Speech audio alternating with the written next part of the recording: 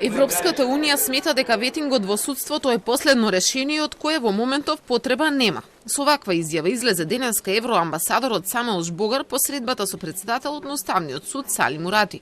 Според евроамбасадорот состојбата во судството и не е така лоша, а судиите сами треба да си ги решат проблемите. Our position on the vetting, I think, is clear. Нашата позиција за ветингот е јасна.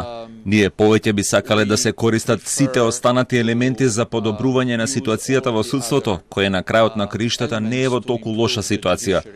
Мислам дека има многу начини како може да се подобри ситуацијата во судството, пред се одвнатре, што би значило самото судство да ја регулира својата работа.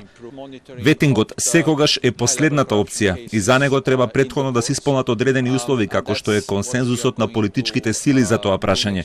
Потребен е консензус меѓу политичките фактори.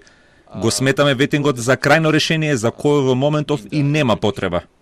Изјавата на Жбогар доаѓа на само еден ден откако премиерот Зоран Заев ги повика институциите да ги проверуваат судиите и обвинителите. Тој денеска ја повика антикорупцијската комисија, финансиската полиција, МВР да почнат да го истражуваат капиталот, имотот и парите на судиите, обвинителите и нивните семејства. Да прават проверка на имотот, на парите, на политичарот, на судијата, на обвинителот, на газда на компанија, на било кој во државата.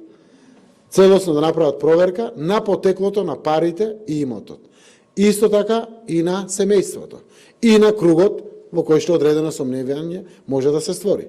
Јас очекувам од извршните органи, тоа е Управа за јавни приходи, заедно со Централниот регистар, со Централниот депозитар, со катастарот кој што ги вади имотните листови, таа работа нема што да чека избори да завршат или не. Денеска се огласи и од антикорупцијскиот, каде велат дека од следната година ќе ја започнат проверката.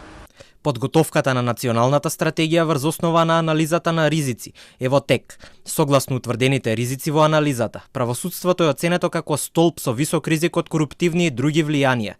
Поттаму носителите на функции од овој столб, судиите и јавните обвинители, ќе бидат дел од годишниот план за следење на имотната состојба и судирот на интереси за 2020 година. Сепак проверката на имотот нема да биде класичен ветинг кој првично беше најавуван како можно решение. Затоа ќе треба да се донесат закони и измени со двотретинско мнозинство и консензус на сите политички партии. Се поизвестно е дека тоа нема да се случи пред изборите во април.